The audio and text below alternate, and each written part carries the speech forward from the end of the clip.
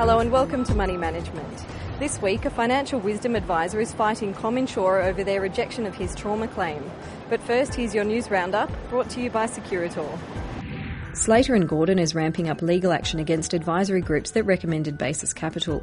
Both smaller practices and a number of big-name institutions are in the law firm's sights for individual claims that range into the millions. FINSIA launched a new credential for the financial services industry, the Financial Services Professional or FSP designation.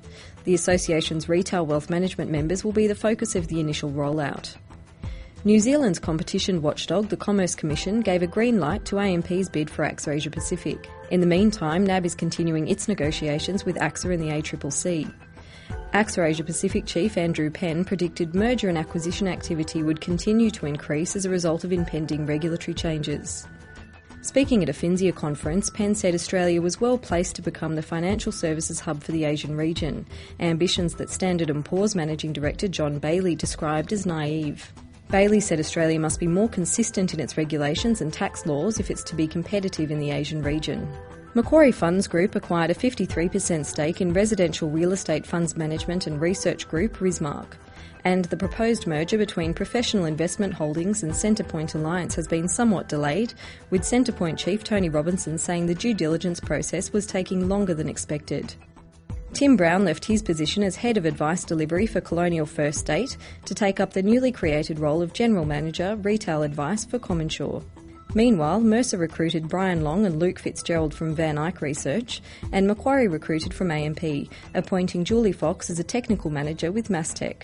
Research by Investment Trends found the number of ETF users has doubled since late 2008 to 38,000, but almost 60% of those surveyed are shunning professional advice. The research found 30% of advisors surveyed were advising on ETFs, while an additional 17% were considering using the product. Despite lobbying from IFSA under Chief John Brogden, superannuation was not included in the new government paid parental leave scheme passed through Parliament last week. Big super fund GESB warned against the use of SMSFs without advice, saying those with small balances could be incurring annual operating costs of up to 6%. Research from HSBC found fund managers have shifted away from European and UK equities and towards global and emerging markets bonds as fears about the European debt crisis take hold. The UK's version of ASIC, the Financial Services Authority, has been axed under wide-ranging regulatory reforms announced by the new Chancellor of the Exchequer, George Osborne.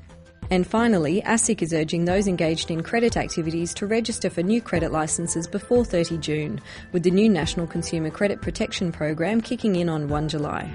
In this week's Money Management, Milana Pokraitz looks at changing recruitment trends for financial advisors. Chris Kennedy finds there's opportunities for advisors willing to move offshore.